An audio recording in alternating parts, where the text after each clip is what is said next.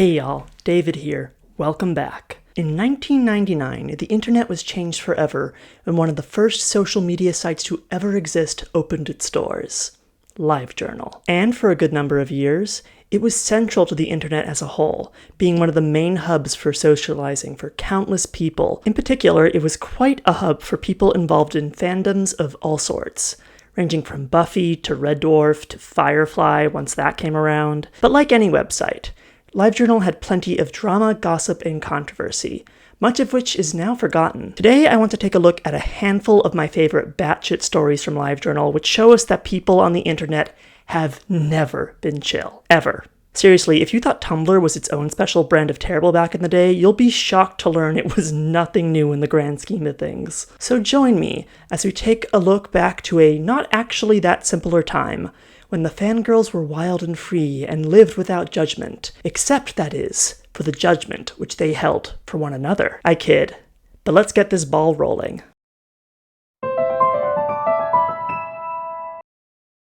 So before we get any further, I should probably explain some of the language that was used on LiveJournal, which was a bit different from the internet slang that is used today. This particular controversy was referred to as a wank.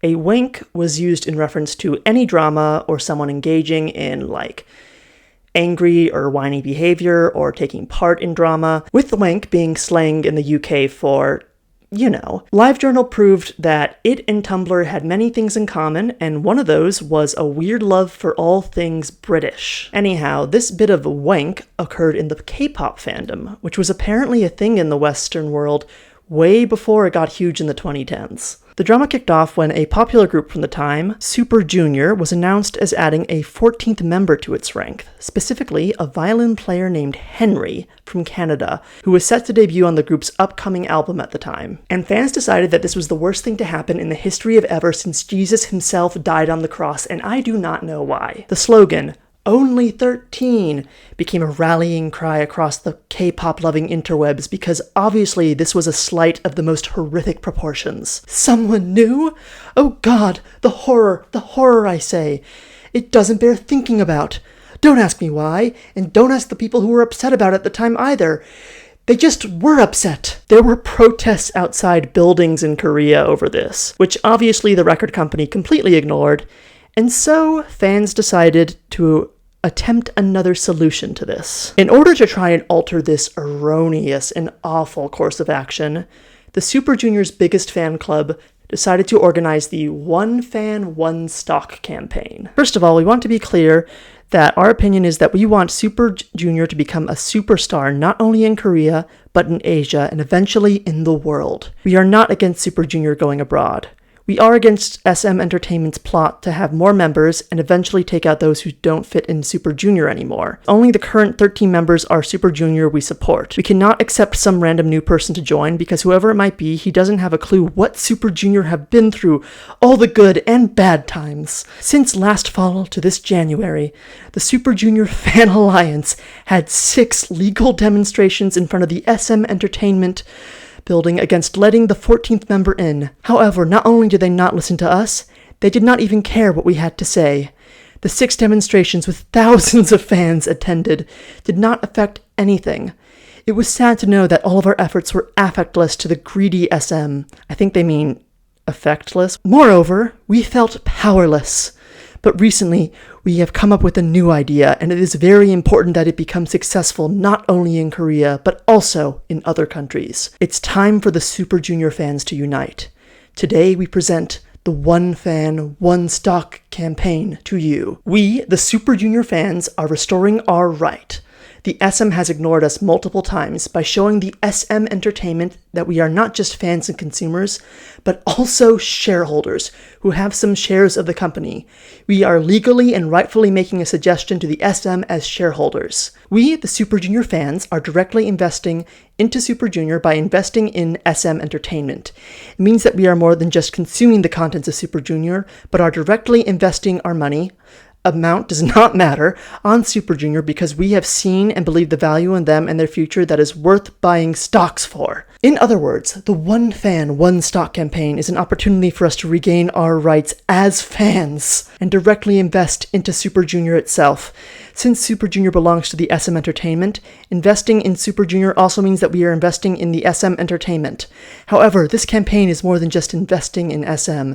It is a method to raise our position from just buying the SM Entertainment's contents to directly investing into Super Junior. In other words, they were hoping to collectively buy enough stock in what was a massive media company in an attempt to sway their decision-making to make them do what they wanted. This attempt to sway something in such an impossible way was made public on the English LiveJournal, or rather Journal Fen, community Fandom wank, which was acted as a sort of gossip board for all parts of fandom at the time. Journal Fen was kind of a LiveJournal clone that was kind of like a bit more loosey-goosey when it came to certain things. I'm a little unclear on what drama occurred that led to a clone being created, but I see a lot of talk about like it being more open to free speech and stuff like that. Anyhow, to quote from the post about this further, to date, out of 160 million shares, the fans now own 0.3%.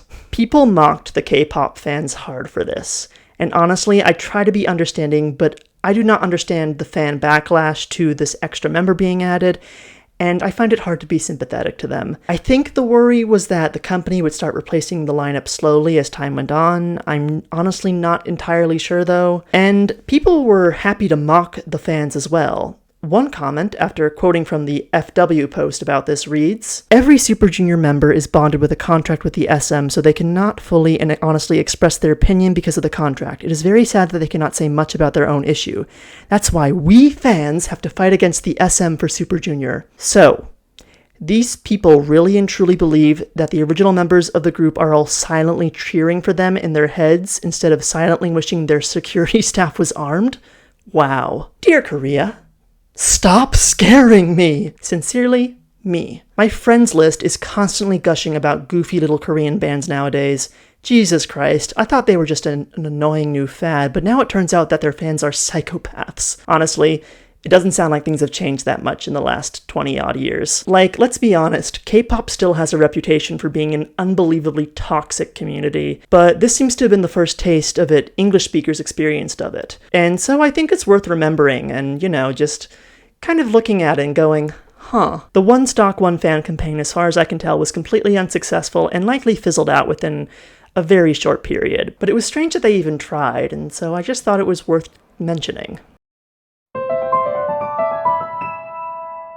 Oh, furries. One of the most looked down upon communities by so much of the internet, despite most of them being completely lovely and friendly people. And unfortunately, this utterly bizarre bit of drama was something they had to get roped into. But before they unfortunately had their name smeared by being involved in this, it all began in a group devoted to practitioners of polyamory. In this group, a man with the username Dark Horseman posted asking for some advice. Specifically, he had a wife and a girlfriend, and he wanted both of them to be monogamous with him. Essentially, he wanted them to be sister wives, and his girlfriend was not open to the idea. To quote from this frankly already shitty-sounding gentleman, "I have what a friend calls the stallion mentality. I am poly, but I prefer my partners not to be. This is not a problem with my wife, as she is not poly and does not mind that I am. She has no interest in anyone else but me. But I also have Ariana, /user call me Silver, who is poly and prefers to have other partners. Now, oddly enough,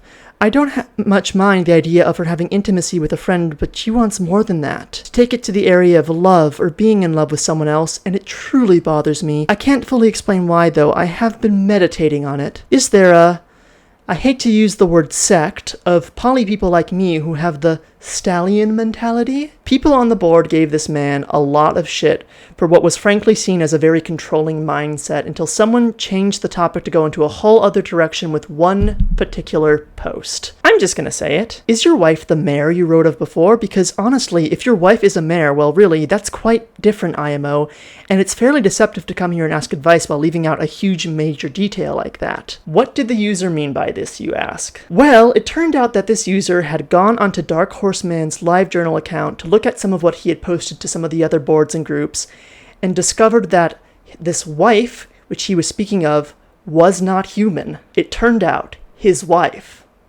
was a horse. Yes, it turns out that Dark Horseman was a zoophile, as they like to call themselves, which is exactly what you think it is, and had posted not only about marrying an actual horse, but had actually attempted to have a baby with it. For one of the posts he shared about his wife on another board, there's a chance right now that she may be pregnant. We aren't sure yet, so I know this is going to change a lot of things if she is, but I am certainly happy. To quote the person who found this post, maybe she's not happy with monogamy after all, because dude, I'm pretty sure it ain't yours. He also allegedly posted photos from the wedding between him and his horsewife, which I cannot find, and I'm not sure I want to find either. He even shared his love with his wife with furries in another LiveJournal, which also chased him out for obvious reasons. The polyamory group erupted once they discovered all this, and Dark Horseman rushed to try and defend himself. As did, believe it or not, his human girlfriend,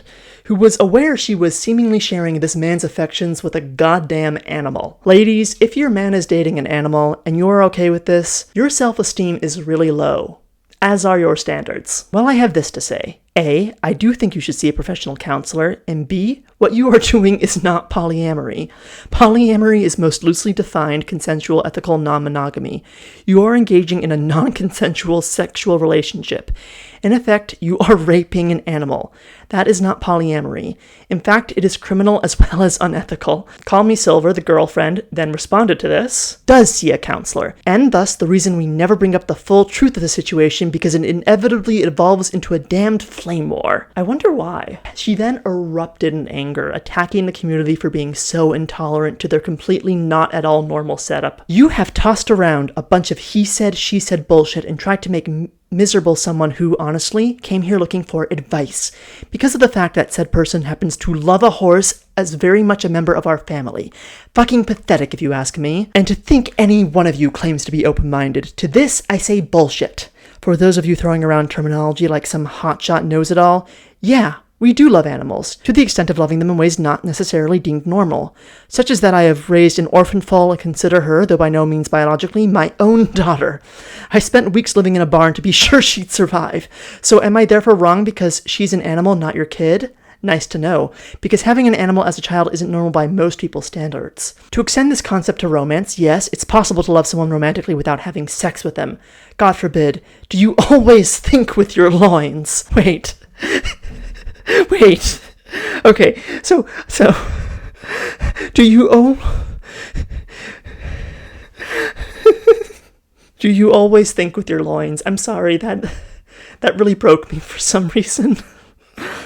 Do you spend every waking minute of your seemingly pathetic life slobbering all over everyone that you care about? Do you always fuck on the first date too? Oh, and let me guess, you live in a trailer park with Bubba and have 3 kids in diapers, right? Stereotypes work both ways, you know. What? I literally have no idea what she's talking about. To those of you who stayed out of the flame war, you have my thanks. We were grateful for the honest opinions and ideas on how to make our situation work. And quite frankly, feel free to comment here, but I will not tolerate the flaming on my posts, period. Stop flaming, guys. You get snarky and try to throw apeshit at me, and I'll delete it. End of discussion. I don't even know what to say to this. Just no. Just no.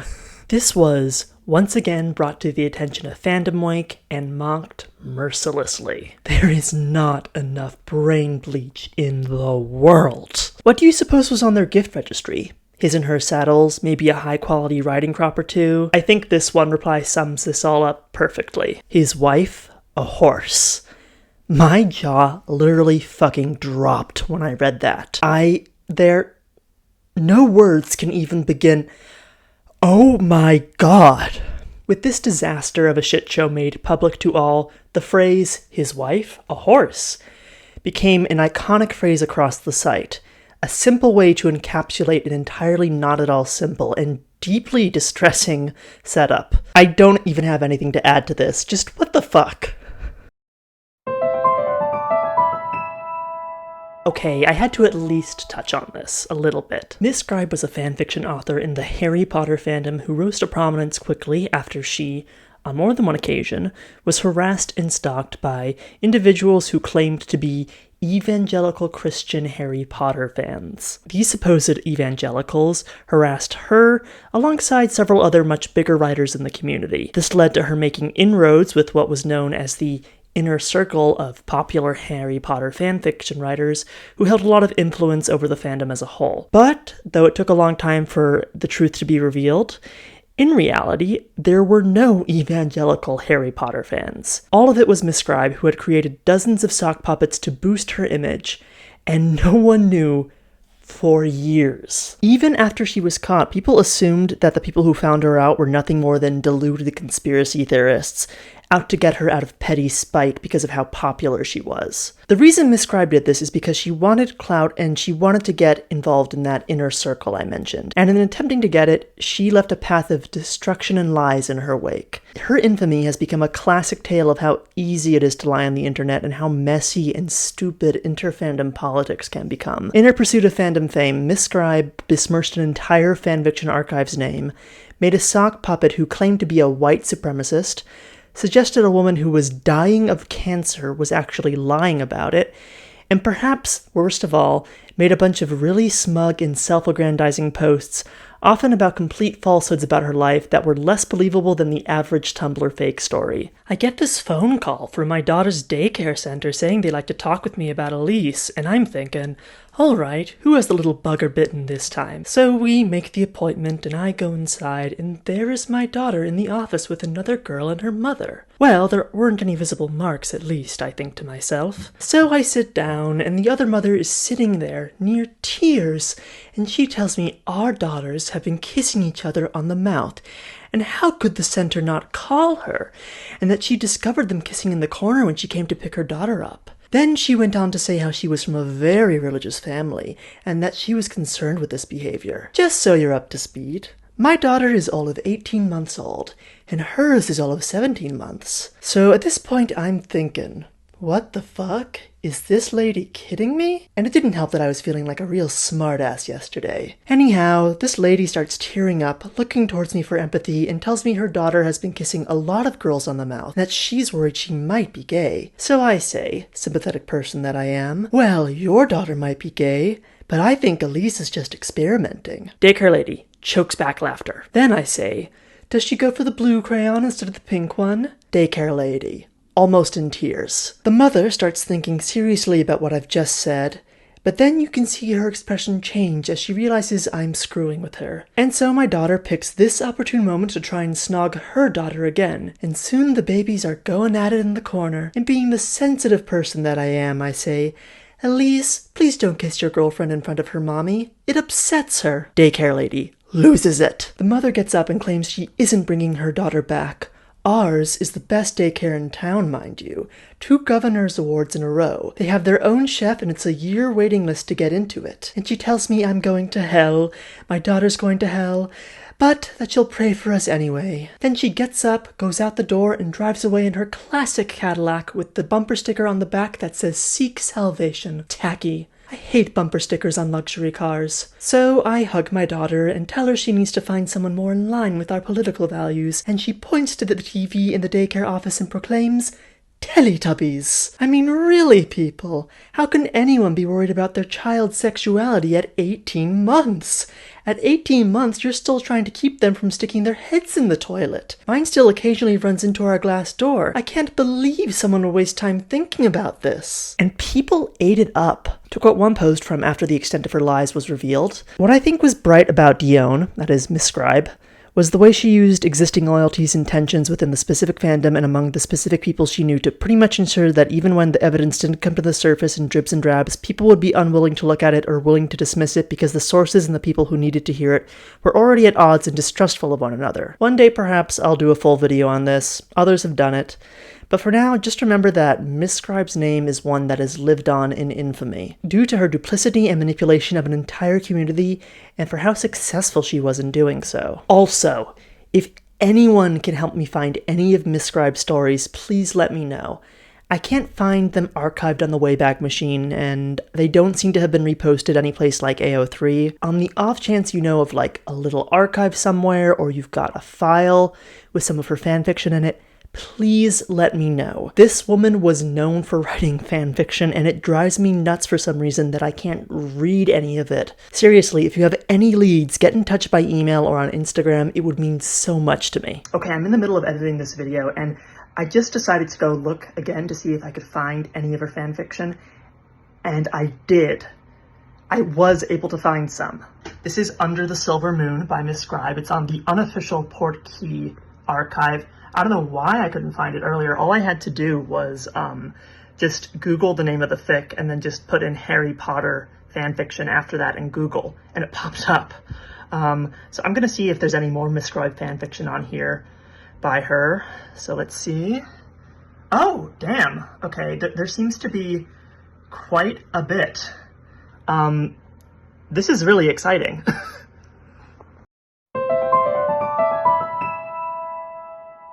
Okay, so the Snape wives were a group of women online, I'm unsure how many, who worshipped Severus Snape and believed they were all married to him on the astral plane. To quote one essay about the group, to an extent, Snapeism, which is what the Snape wives called their practices, Snape wives was a name given to them by the outside community, actually mirrored elements of Christianity. There is a Christian belief that the Bible is somewhat flawed.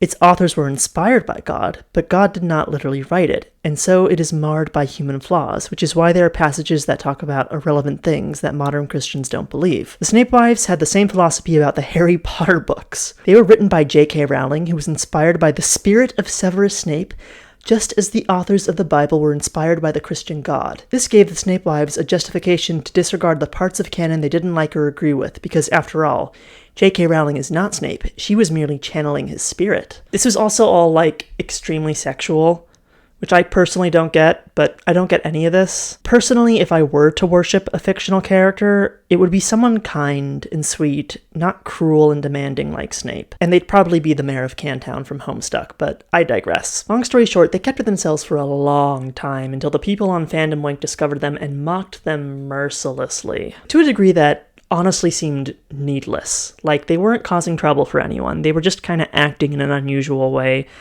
And, I don't get it. I don't get the Snape wives thing at all.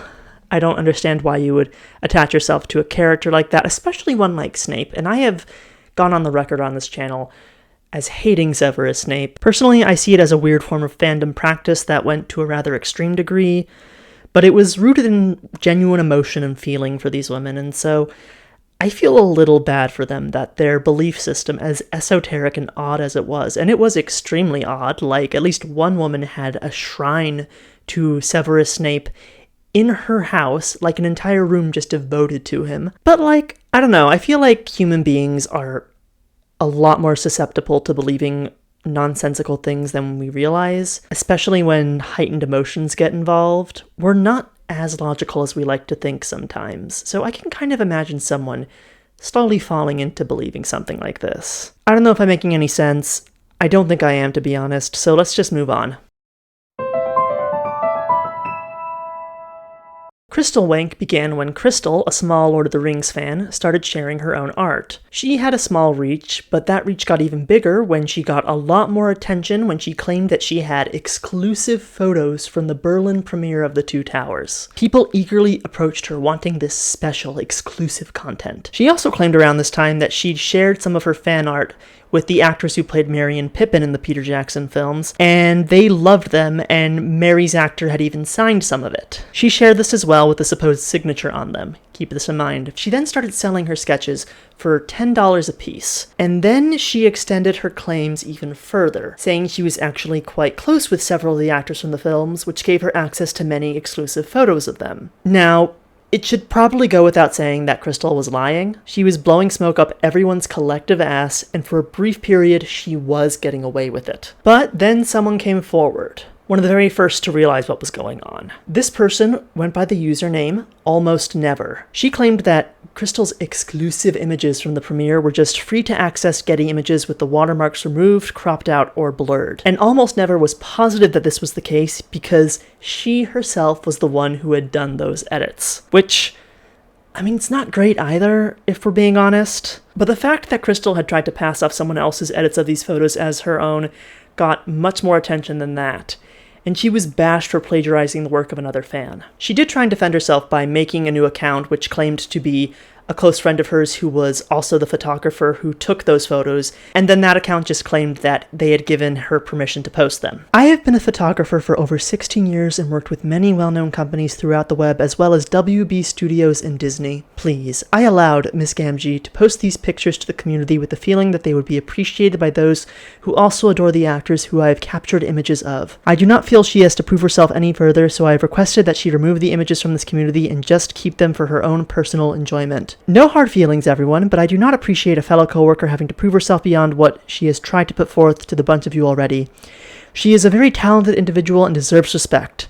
Sincerely, Dan Pantanella. Of course, nobody listened to this because all they had to do was look at Almost Never's account and see that the photos that they had manipulated and edited looked exactly like the ones Crystal was claiming were her own. And on top of that, it was quickly discovered that her signed sketch was also a forgery, as the signature didn't match what the actor's signature actually looked like.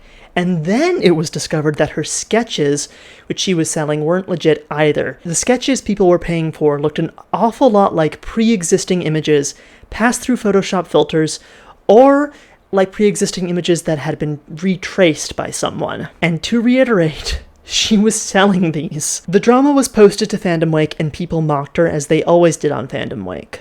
But then things escalated when Crystal herself entered the comments of the post to try and defend herself. The discussion then exploded as users went back and forth with her, and it eventually became the longest thread on Fandom Wank, totaling nearly 10,000 comments by the time the thread was eventually closed. Of note, though, is discussion which was had in the thread about part of Crystal's attempts to justify her claims that she was friends with the actors. One thing she did in her attempt to prove this was that she posted this badly photoshopped image of one of them, seemingly lying on her couch, which got a lot of mockery itself. To quote one post in the Fandom Wake thread, not to mention the whole "my head is pasted on yay" effect. He really should have that checked. And this comment has lived on in infamy, as it encapsulated the entire absurdity of this entire situation. It's not that what Crystal did was that out there on its own. I mean, I've talked about much crazier stuff than this in the video already. But the fact that she was clearly lying and was still trying to defend herself was just catnip to these people. It was just so absurd to them they couldn't help but go after her, I guess. And as such, what otherwise would have been likely just a teensy bit of drama, just, a blip in everyone's memory, ended up being a huge meme, which has been spoken about for decades ever since. It's kind of the perfect story of just plain utter shit. Someone lying for clout, getting caught, trying to cover it, and being so clearly in the wrong, the community on the whole just turned against her. And I'd be more understanding if Crystal wasn't like a wife with kids, which she was at the time, so she was old enough to know better. She wasn't like a dumb teen. However, I also think that the absolute explosion about Crystal doing this is really indicative of how mean LiveJournal could be. It's something that's hard to ignore when discussing any of these stories. LiveJournal's culture was really something else, but above all, it was often just plain catty and spiteful. LiveJournal really set the stage for future online fandom spaces in a lot of ways. It was central to the creation of sites like AO3, and some of its fandoms were active in the early days of Tumblr when that came about. But there's no denying that the internet was a very different place back then as well. Reading up on this, I got the impression that there was this ever-present gleeful mockery to so much of the community on LiveJournal, and I'm not just talking about Fandom Wank. Fandom Wank, of course, that's going to be the case, but even in just offhanded comments and things, there's just this meanness, and it came off as really icky to me. But also that ickiness is paired with the absolute insanity on display from some fans as well. I don't think public shaming is always a good thing, but neither was the behavior of some of these fans. I think the least objectionable people on this list, to me at least, were the Snape wives who kept to themselves, whilst everyone else openly manipulated others like Miss Scribe, or showed a complete lack of self-awareness like the wife was a horse guy, or they were just kind of trash. LiveJournal just seems like it was a disaster of a site. I'm sure it was a lot of things, and there's a lot of positive memories people have from it, but there's no denying that, looking back, it seems like it was an absolute trash fire. And it really makes you realize how much things have changed in the last 15 plus years, and in how many ways they haven't. Personally, I find LiveJournal to be strangely fascinating, and it's just a lot of fun to start hunting through the internet archive to find strange tidbits or stories that have been forgotten by the world, because there's just so many. I don't really have any other conclusion besides that, so I really hope you enjoyed this. That's all I got for today. I got a lot of projects lined up for this year. It's going to be a lot of fun. I hope you stick around for it. But until then, I'm David M., and I hope you're doing well. Cheers.